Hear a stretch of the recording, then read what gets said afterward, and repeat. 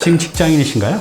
연봉이 그렇게 많지 않은가요? 재산이 그렇게 많지 않은가요? 그렇다면 당신의 꿈을 현실로 행복주치 다니쌤. 안녕하세요, 다니쌤입니다. 제가 오늘 말씀드릴 주제는요, 직장인의 10년 뒤를 위한 가장 현실적인 부동산 재테크입니다. 네, 지금 직장인이신가요? 어때요? 부동산 재테크 하고 계신가요? 근데 목돈이 없으시다고요? 네, 바로 이게 직장인의 현실입니다. 정말 고액 연봉자 아닌다며야 지금 서울에서 재테크할 만한 그 목돈을 말하는 게 참 힘들죠. 그런데 그런 목돈은 없지만 우리가 목돈을 대신할 지렛대를 활용할 수 있는 방법이 있어요. 자, 오늘은요, 지렛대를 이용해서 현실적인 부동산 재테크 할 수 있는 방법에 대해서 알아보겠습니다. 네, 저번 주에 40대 초반의 직장인 남성분이 상담을 오셨습니다. 이분이 현재 서대문구에 5억짜리 아파트 전세를 거주하고 계세요. 40대 초반 직장인 치고 5억에 거주하고 있다고 하면 그래도 어느 정도 괜찮은 편이죠. 그런데 이분이 저번 달에 직장 동료, 그러니까 입사 직장 동료하고 술자리에서 얘기를 하다가 입사 때부터 그 동료는 부동산 재테크를 통해서 재산을 꽤 많이 불린 거예요. 자신하고 연봉은 똑같은데 그 친구는 지금 자산이 본인이 한 4배 정도 돼 있는 겁니다. 그 얘기를 듣고 한동안 밤잠을 못 자고 또 자기 스스로도 굉장히 한심하게 생각이 들었고 또 이제 40대 초반이다 보니 미래도 걱정되고 그래서 이제 상담을 오셨는데 문제는 뭐냐면 이분이 갖고 있는 금융자산이 이제 4천만 원이 전부 다이라는 겁니다. 그래서 그분은 아예 재테크를 아예 생각조차도 못했죠. 자, 이런 직장인들 많이 계시죠? 자, 어떻게 해야 될까요? 오늘 제목대로 이 직장인의 10년 뒤를 위해서 가장 현실적인 부동산 재테크 방법, 어떤 방법이 있을까요? 네, 그럼 지렛대를 활용해서 재테크를 하는 방법을 말씀드리기 전에 이분처럼 지금 이런 전세 거주자들이 굉장히 많으시잖아요. 이런 분들의 이제 문제가 크게 3가지가 있는데요. 무엇인지 보고 말씀드릴게요. 첫 번째는 뭐냐면요, 기회비용의 상실입니다. 내 소중한 전세금, 이분 같은 이제 5억의 전세를 살고 계신데 그 5억을 전부 다 전세 보증금으로 넣다 보니 내가 투자할 수 있는 기회를 이제 잃게 된다는 거죠. 두 번째는 뭐냐면요, 오르는 전세 자금 이제 부담. 뭐 항상 오르는 거 아니지만 2년 단위로 1,000만 원, 2천만 원, 3천만 원 이렇게 올라갈 때마다 기본생활자는 그게 굉장히 큰 부담이죠. 그래서 이 전세를 벗어나지 못하는 거죠. 계속 전세금을 메꿔 가야 되니까. 마지막 3번째는 뭐냐면요, 화폐 가치 하락입니다. 여러분들 이제 전세 살고 계시면 전세 보증금 나중에 만기 때 받고 나오시잖아요. 그래서 손해볼 게 없다고 생각하시는데 그게 아니죠. 지금 화폐 가치 하락이 큰 문제인데 인플레이율이 한 4%만 잡아도 5억에 4%면 2천만 원이에요. 5년이면 1억이죠. 내 5억이 5년 뒤에 화폐 가치는 4억 정도밖에 안 된다는 겁니다. 이게 이제 가장 큰 문제죠. 이렇게 크게 전세로 계속 거주하게 되면 이런 불이익 3가지가 있다고 보시면 됩니다. 네, 그래서 직장인들은 정말 고액 연봉자가 아닌 다음에야 목돈을 마련하기가 힘들죠. 그래서 재테크를 아예 시도도 못하고 생각도 안 하시는 것 같아요. 그렇지만 지렛대를 활용한다고 하면 적절하게 재테크를 통해서 아까 그분의 직장 동료처럼 재산을 늘려갈 수 있습니다. 그 직장 동료가 지금 이 지렛대를 활용해서 재산을 똑같은 연봉이지만 4배 이상 차이 나게 만든 겁니다.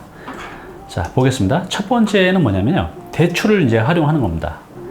이분은 전세 보증금 5억을 자신의 돈으로 한 거고 그 직장 동료는 자기 돈이 아닌 타인 돈, 지금 전세자금 대출 제도가 굉장히 많이 있잖아요. 그걸 이제 활용했던 겁니다. 그래서 지금 보면 전세자금 대출이 상품에 따라 다른데 대체로 이제 80% 전후 나오는 상품들이 있어요.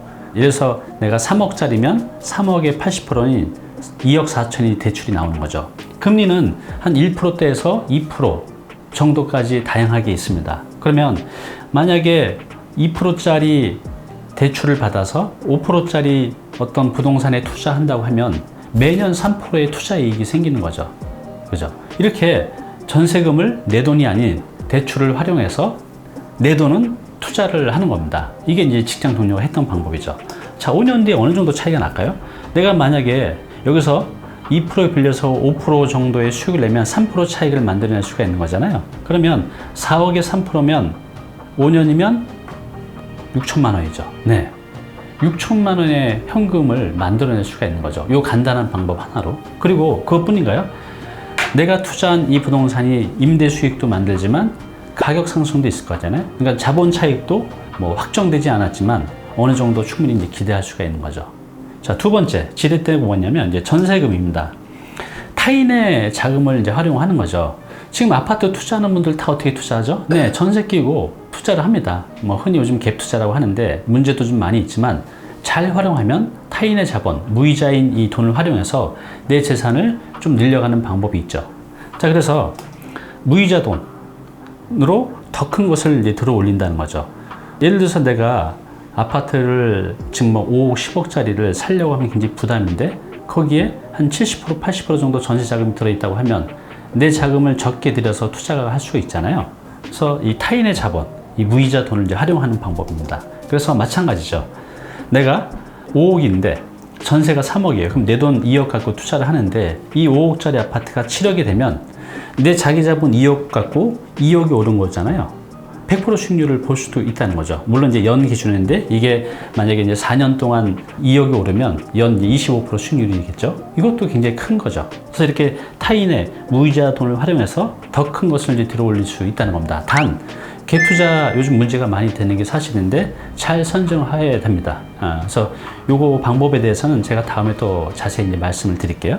영상 보시다가 도움이 되셨다면 아래 구독과 알람 버튼 눌러주세요. 네, 지렛대 세 번째는요, 회사 돈을 활용하는 겁니다. 어떤 게 있냐면 그 회사에 복지금이 있을 거예요. 물론 없는 데도 있지만 중견회사 이상 정도 되면 이런 제도가 다 있을 겁니다. 직원들의 후생 복지를 위해서 전세자금이나 또 주택 구입자금 아니면 시공 신용자금 대출로 해서 금액에 따라 좀 다르겠지만 이런 게 있다는 거죠. 그래서 이 사례자의 직장 동료도 그 1억 원의 대출을 활용해서 투자를 했던 거죠. 그래서 만약에 이제 그 당시에 그 직장 동료가 빌린 이율이 1.8%인가 그것밖에 안 됐다고 해요. 근데 만약에 내가 5%짜리에 투자를 한다고 하면 매년 3%의 수익을 만들어낼 수가 있는 거잖아요. 자, 그러면 5년 뒤를 보면 내가 1억을 가지고 회사 돈 1억을 가지고 3%의 수익을 매년 만들어낼 수가 있는 거잖아요. 그러니까 5년이면 1,500만 원. 물론 5년에 1,500만 원이 큰 돈은 아닐 수도 있겠지만 더 큰 부분은 바로 이거죠. 자본 차이. 내가 이렇게 투자한 부동산이 5년 뒤에도 가격이 그대로 있지는 않을 거 아니에요? 올라갈 수 있다는 거죠. 그래서 적정한 임대소득과 자본 차익을 동시에 만들어갈 수 있는 거죠. 그래서 좀 전에 말씀드린 이 사례자의 직장 동료, 연봉은 똑같지만 이 직장 동료가 지금 이제 10년 차인데 오늘 제목이 이거잖아요. 직장인의 10년 뒤를 위한. 이 직장 동료는 10년 동안 이 지렛대 1번, 2번, 3번을 활용해서 똑같은 연봉이지만 재산의 차이는 거의 5배를 만들어낸 겁니다. 이해가 되시나요?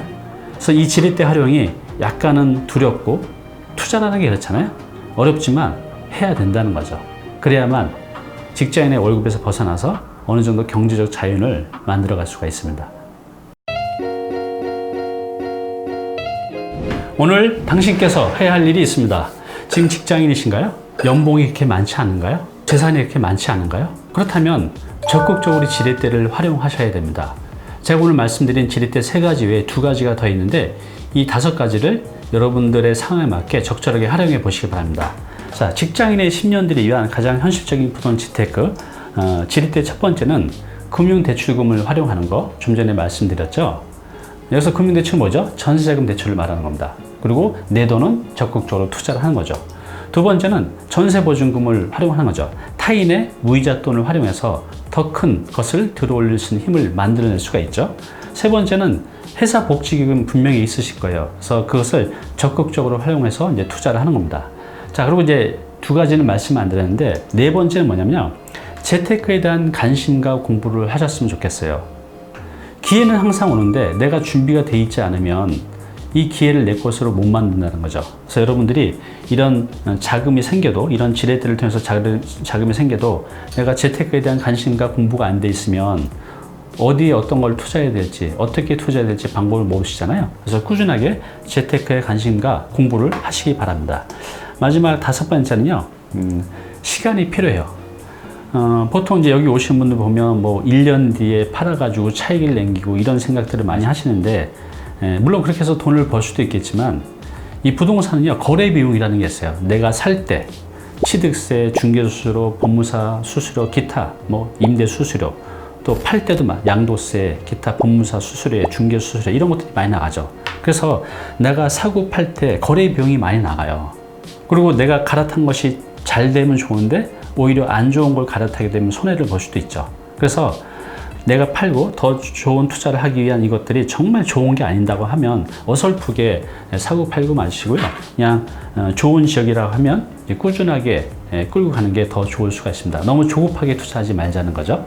이렇게 5가지를 여러분들의 상황에 맞게 선택해서 활용하신다고 하면 여러분의 10년 뒤가 지금보다는 훨씬 더 나아져 있을 겁니다. 네, 이런 말이 있습니다. 시도하지 않으면 위험은 없겠지만, 그죠? 우리가 뭔가 투자를 하거나 뭔가를 내가 시도하지 않으면 나한테 위험이 생길 건 없어요. 그렇지만 경제적 자유인이 될 기회도 없다는 거죠. 이런 말을 예전에 제가 어떤 인터넷에서 본 적이 있는데, 근데 이 말은 완전히 틀렸습니다. 왜 그럴까요? 네, 이 부분이 시도하지 않으면 위험하지 않겠지만이 아니라 시도하지 않으면 이제는 정말 위험합니다. 왜 그렇죠? 여러분들 지금 직장인들 한번 생각해 보세요. 지금 100세 시대, 보통 지금 직장인들 평균 은퇴 나이가 50 전후인데, 예를 들어서 20살에 입사해서 50살까지 다닌다고 해도 30년 벌어서 나머지 50년을 버텨야 되는데 이게 힘들다는 거죠. 그래서 이제는 무언가 시도를 해야 됩니다. 이 시도하는 게 두렵고 힘들지만 내가 공부해서 충분히 준비해서 해간다고 하면 안정적으로 재테크를 해갈 수가 있다는 거죠. 그래서 직장인들 자신의 지금 이런 상황을 벗어나려고 하면 지렛대를 적극 활용하고 충분히 공부하고 관심을 가지면서 재테크를 해간다고 하면 여러분의 10년 뒤가 지금보다는 훨씬 더 나아질 것입니다. 시도하지 않으면 위험하지 않은 게 아니라 시도하지 않으면 위험하다. 이거 꼭 기억하시기 바랍니다.